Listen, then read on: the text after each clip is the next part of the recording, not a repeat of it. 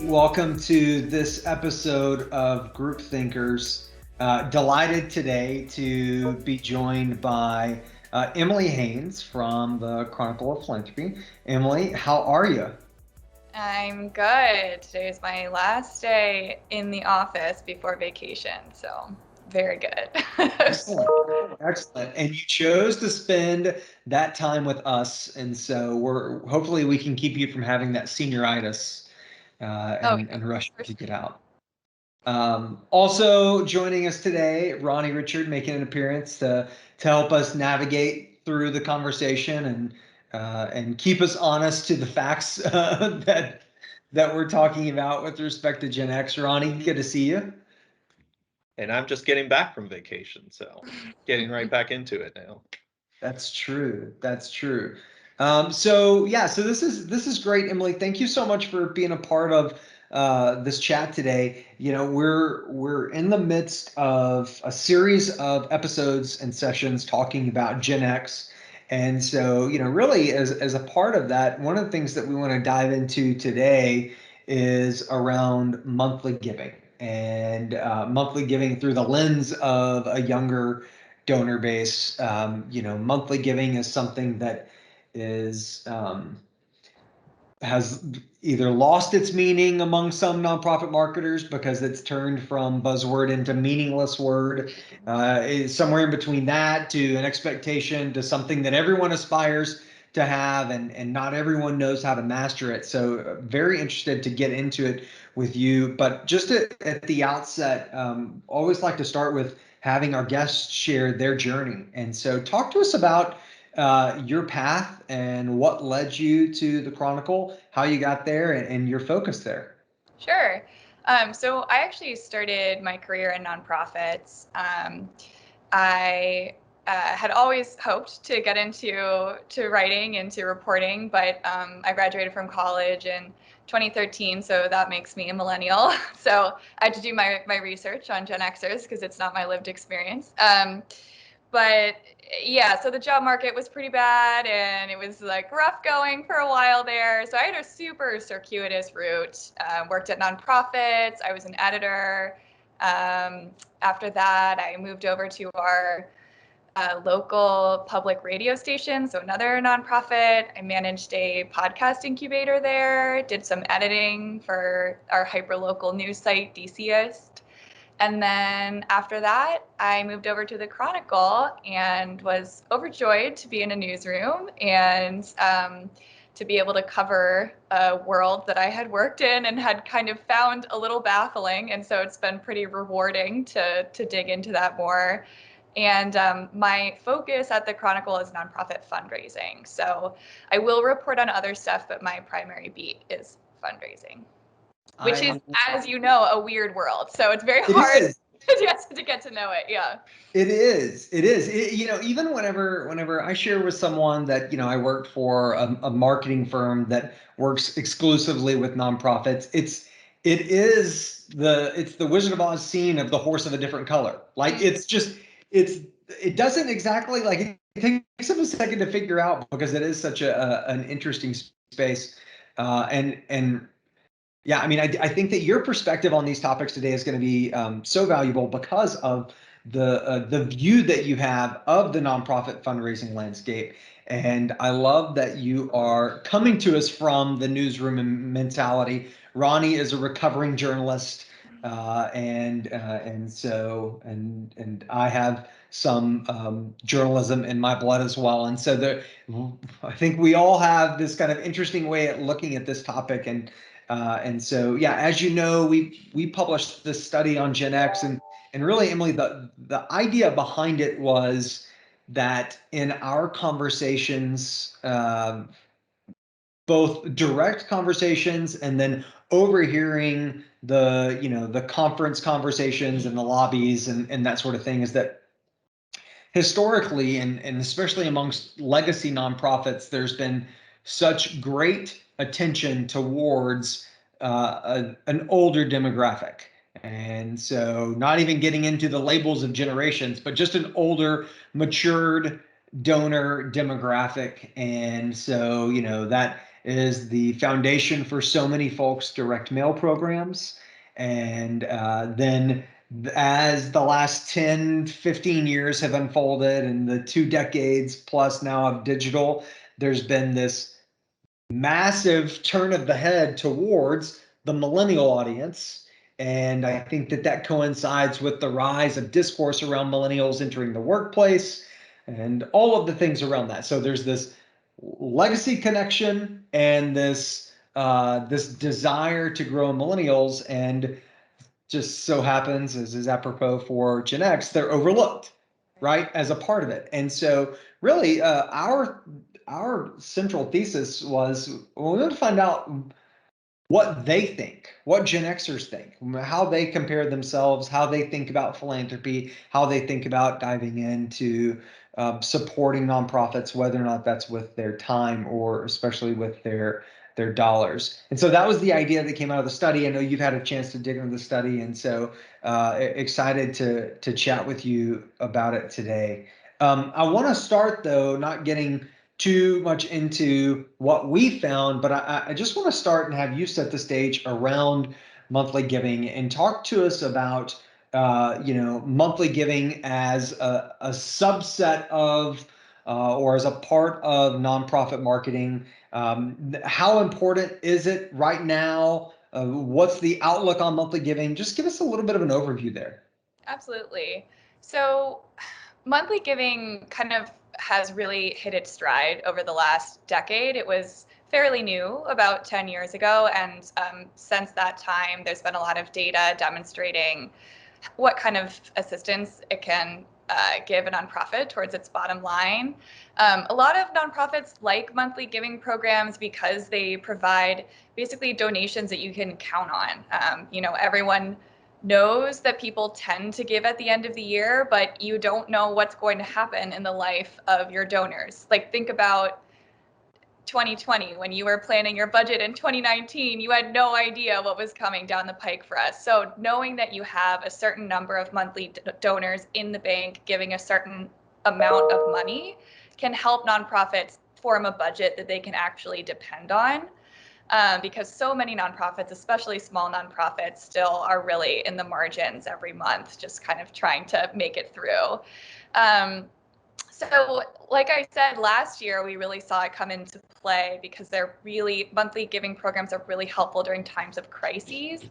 And it was interesting for me to watch as a reporter because one of my colleagues had done some reporting prior to the pandemic. The economy seems strange to remember, but the stock market, I mean, it still is strong, but before the pandemic, it was like crazy strong, and everyone was kind of waiting for it to collapse, to dip back down. And I remember one of my colleagues reporting on something about how like monthly giving was generally the first thing to go when people start feeling a squeeze on their wallets. They're like, all right, I'm just gonna, that $20 a month, I'm gonna cut it out. Interestingly, that didn't really seem to happen during the pandemic. There were a lot of groups that actually saw growth in their monthly giving programs, and a lot of groups that decided that they really wanted to double down on monthly giving. And going forward into the next year, try and recruit more donors, especially since so many, especially frontline organizations, got in touch with new donors last year. There's another kind of added bonus to monthly donors, which is they tend to give more than one-time donors. There's a study in 2018 that found that actually monthly donors tend to give about 40% more, so it's significant. That same study found that over the course of a donor's lifetime, a monthly giver will give 440% more than a one-time donor, so that's like astronomical. And they also tend to be more loyal than one-time donors. Even people who give at the end of the year, monthly donors tend to stick around longer than that. And their average gift for a monthly donor is generally around like $143 a year, whereas a one-time donor generally gives about $43 a year. So there's real differences there. As a marketer, when you hear those stats, you think about, okay, so this kind of paints the attraction towards building a base of it, right? And and just as, a business owner, you want customer loyalty, right? And from a nonprofit perspective, you want donor loyalty. So yes, it totally makes sense.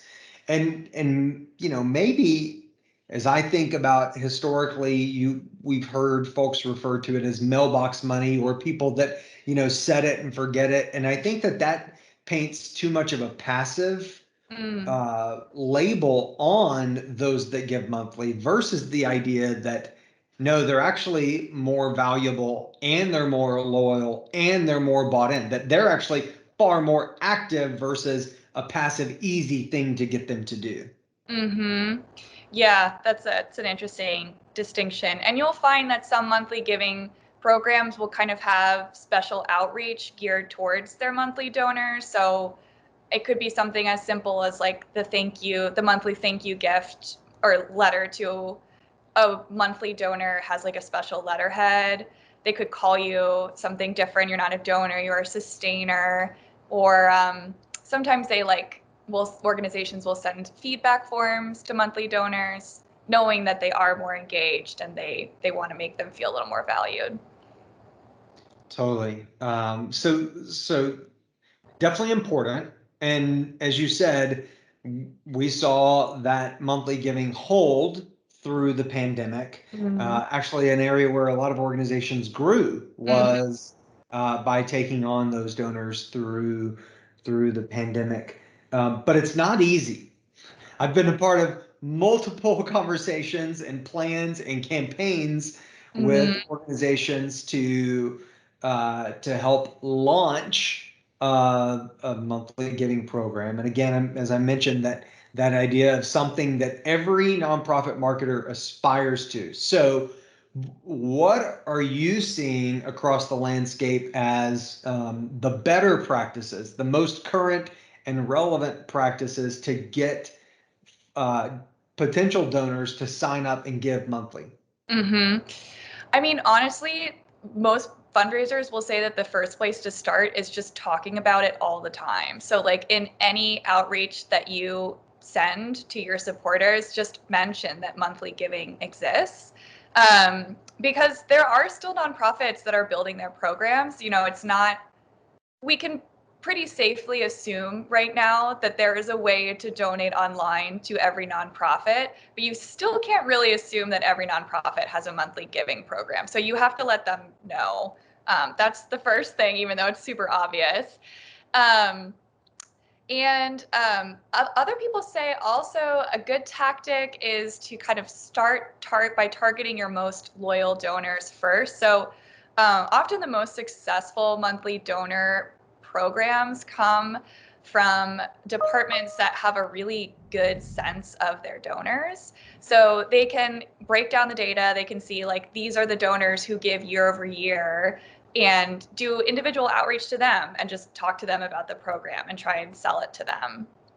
And it also helps, like I was saying earlier, to make them feel special by it doesn't have to be a physical perk, but some kind of extra, whether it's you're consulting them by asking them to give feedback, something to kind of include monthly donors and make them feel appreciated. Reiterate that value, right?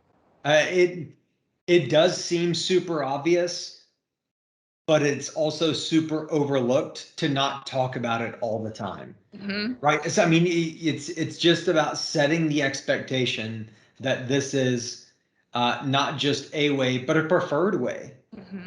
That someone can contribute. I know a lot of organizations get lost in the ideas of whether or not, as you said, there are benefits, and making it more of a club, right? And so you can find yourself in a little bit of a maelstrom at times of just trying to navigate like how to move forward and build out a strategy or execute on a strategy there, or on whether or not they should name their program. Do we have to give it, do we have to sub-brand everything?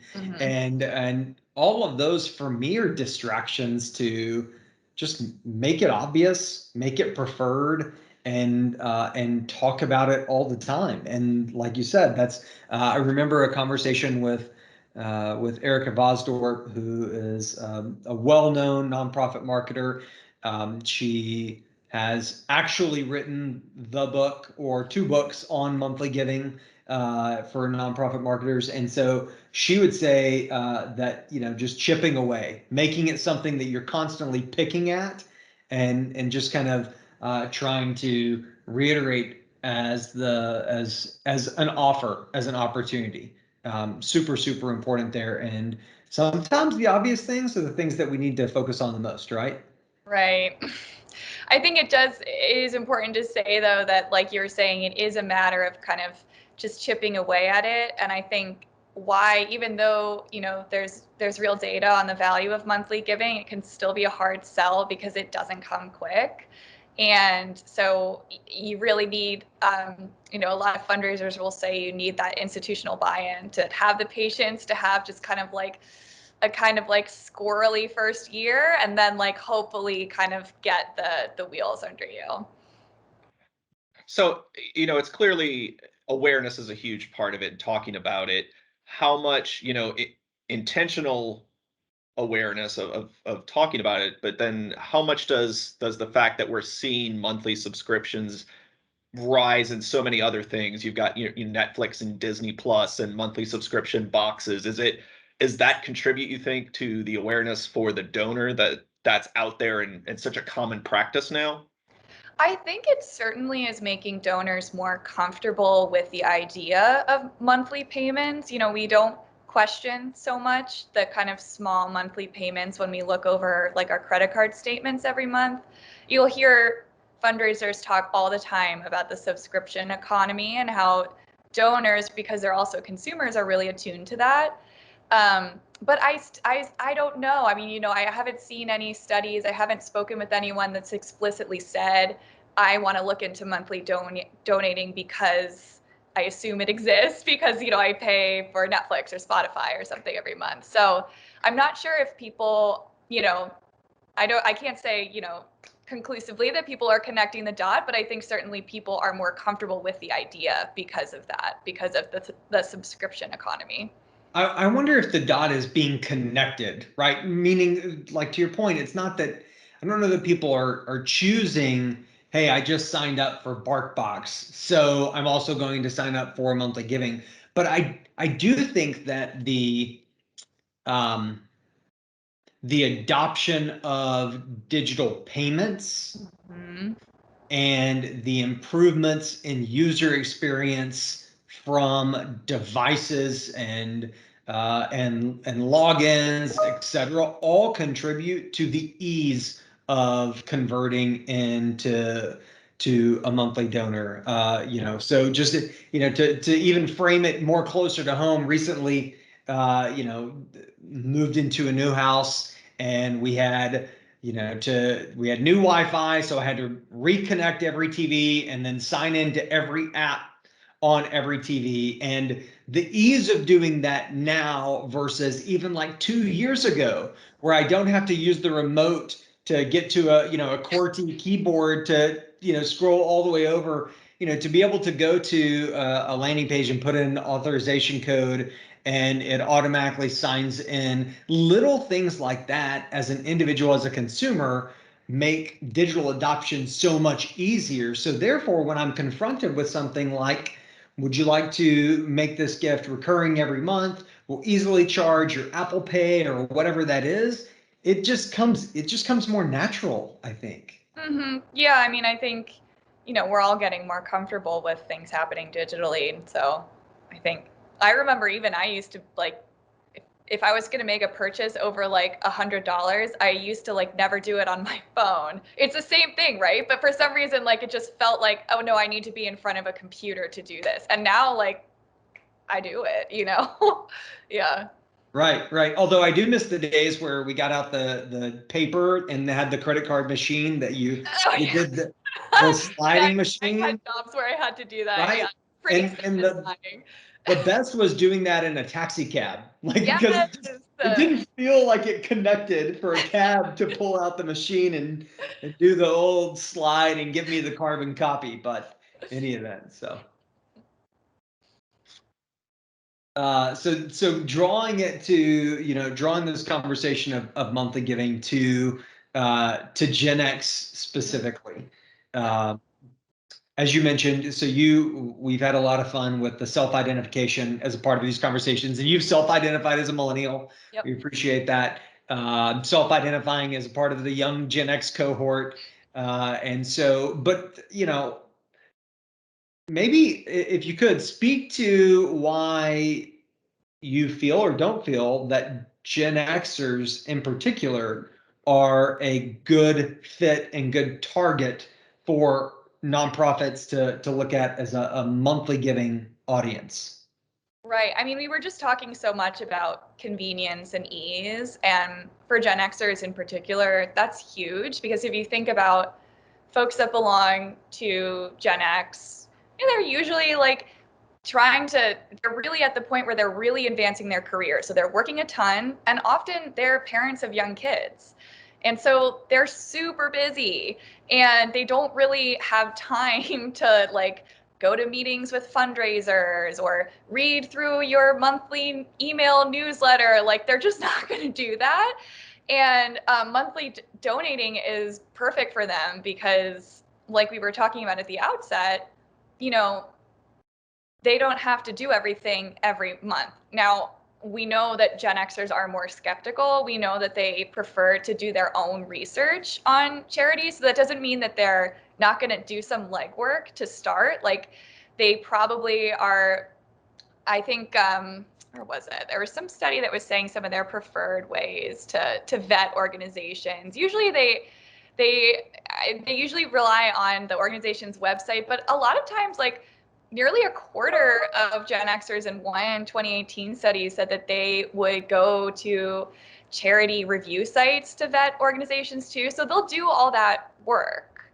And the thing about Gen Xers is like once you've won their trust, they're usually going to stick with you. So one of my colleagues a couple years ago wrote this cover story on Gen Xers, and she interviewed a fundraiser at Mercy Corps who described Gen Xers as very brand loyal.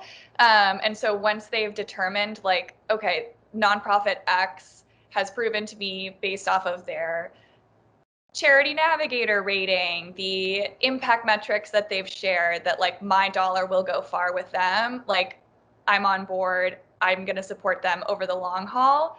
And so those are already your loyal donors are going to be more likely to be your monthly donors. So if you have that combination with Gen Xers, then they're pretty good to try and target for that.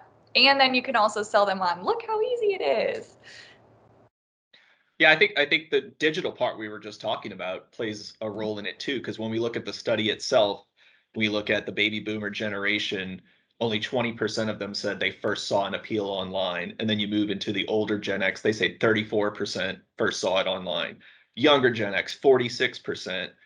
Millennials, 56%. So you see that increased digital adoption the younger you get.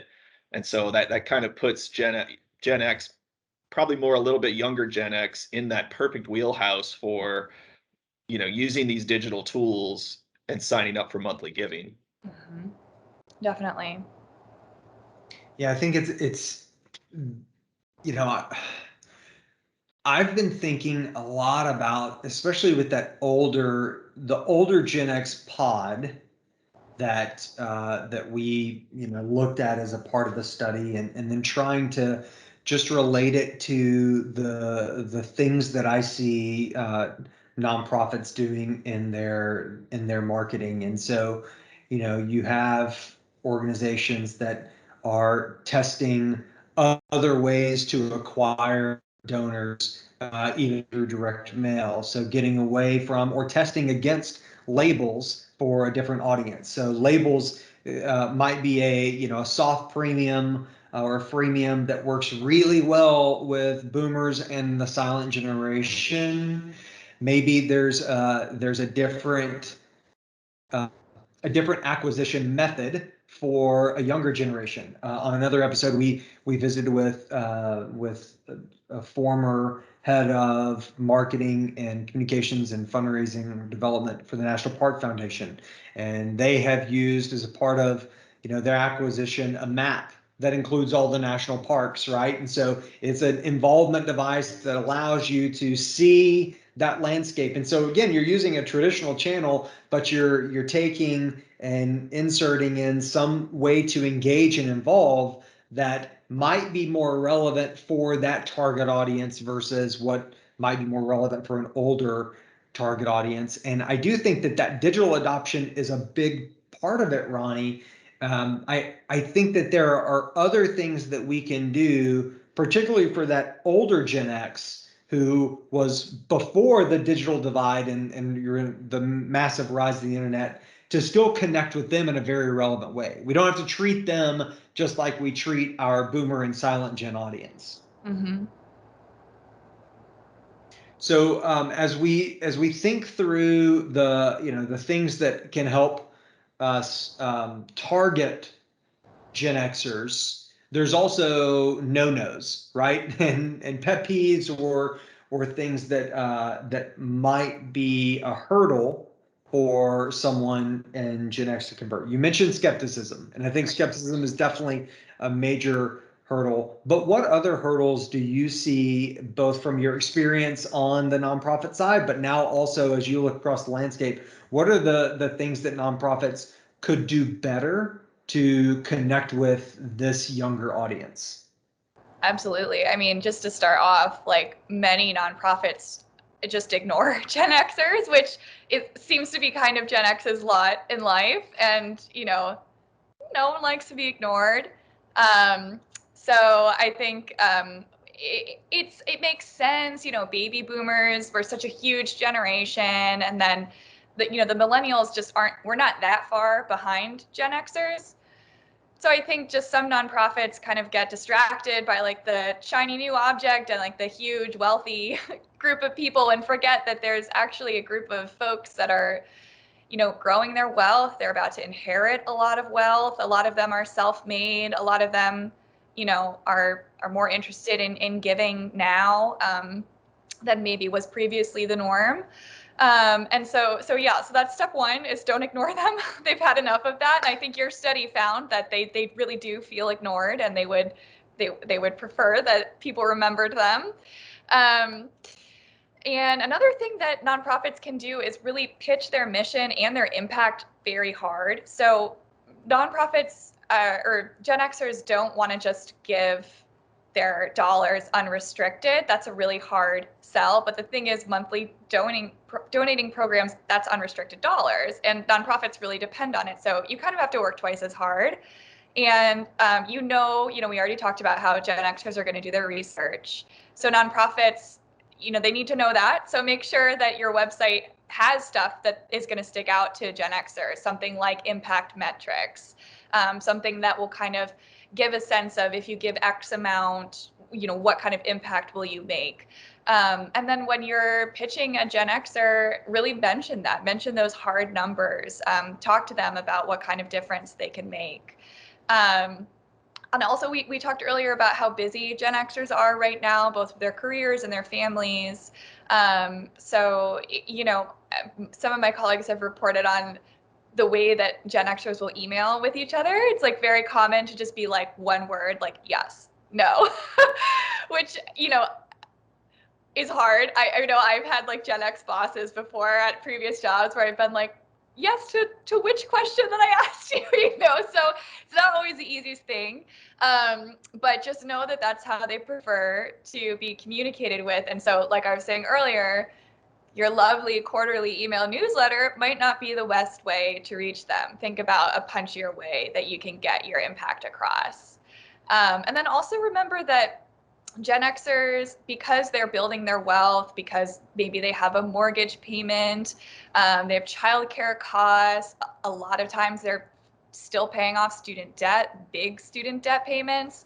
So remember that they're not going to give you the huge gifts that you might be getting from a retired baby boomer. That doesn't mean that they won't in the future. So it's good to connect with them now. But they're more likely to give kind of small to mid-level gifts, which is another reason why monthly donating programs are a great idea to pitch them. So, I wish I could find an earlier, more recent stat, but in 2016, there was a Black Box study that found that 86% of Gen X contributions were less than $10,000. So just a good benchmark to remember. That's all so well said. And you know what it makes me think is that just a tip or a thought experiment maybe for our listeners is that I would encourage nonprofit marketers to look at your Google Analytics and look at the type of visitors that are coming to your site and look at some of the demographic breakouts that are coming to your site. I'm super curious where for nonprofits where they see that Gen X audience, what content they see them consuming and how long they're staying. I think that can give you some insights into the places that they may be swimming where you can either best educate or convert them. You've also helped me with your thoughts there on why I tend to respond to Ronnie with one word responses in email so much. So you've helped Ronnie and I both out today as part of it. Happy to help. Stronger communication. So Emily, just in terms of rounding out the conversation, I'm really curious, what sorts of things you're working on right now and what you're looking at. This is going to be this episode will be live in August, and so just curious, like what's on the front of your mind right now? What are you looking at? What can we expect to see with your byline on it soon? Sure. So I'm actually working on a story about millennials because the oldest millennials are turning 40 this year. And so, as I was kind of preparing for this conversation, it was just interesting to think about like a lot of these findings are going to be starting to apply to millennials now, especially during the pandemic. We saw so many millennials buy their first houses, start having mortgage payments. We know millennials have crazy amounts of student debt. So a lot of this stuff is transferable. And I think it was, as you all broke down the Gen Xers into young and old Gen Xers, good to remember the overlap that you all found between millennials and Gen Xers there. So that's been really interesting. It's also made me feel old. And apart from that, I'm also working on a bunch of other stories. I just did some reporting yesterday on just basically the Delta variant and how it's kind of throwing everyone a curveball. I had all of these very hopeful conversations with fundraisers in the spring about planning fall events and how excited everyone was, and I just had to call them all back yesterday, and like all of them had like canceled their events or were on the like brink of canceling their events. So this is just going to be like a really messy fall season and not what any of us expected. So I expect I'll be doing a lot of reporting about that, reporting about how people are meeting with their donors. I've had some interesting conversations with folks about how fundraisers in particular, about how like Zoom meetings have changed the ask. And so that's something I'm interested in looking into, especially now that it might be sticking around for longer. So there is really no shortage of stuff, especially right now. It's true. It's true. If we learned anything last year, it was about being flexible. And somehow, I don't know that we forgot, but we tried to suppress that. Like everyone, we all had our eyes towards this glorious reemergence, and so here we go again. Maybe in some ways, it's going to be a really interesting couple of months. Where can folks find you, connect with you, and keep up with all of this rather interesting content that you're putting out? Sure. So got to give a pitch for the Chronicle, and because I have a captive audience, just want to do a little breakdown of how our site works. A lot of people will often be frustrated because they'll get to our site and they'll see a registration wall, think it's a paywall, and then stop reading. And so I just want to give a little plea that you read the fine print and just type in your email, and then you'll be able to read a certain number of free articles. So we're not trying to like X out everyone. Hopefully this is a way to help our reporting reach a wider audience. So yes, you can find me at the Chronicle. I am on Twitter too much. I don't know if you have like show notes. You can share my handle there. It's like @ Emily Haynes. And I'm on LinkedIn a lot for work. So if you want to connect with me on LinkedIn, that'd be great. Awesome. That's pretty much it.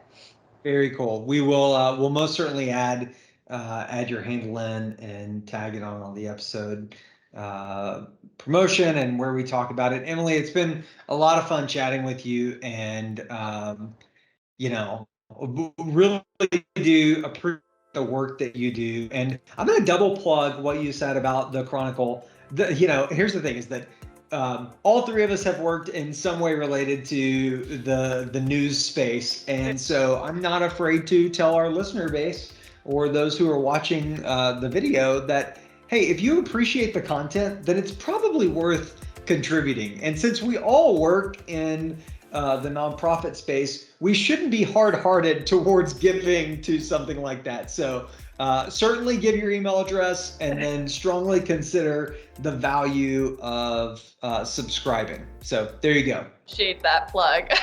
For sure. Happy to sell for you as well. Emily, thanks so much for the time. No problem.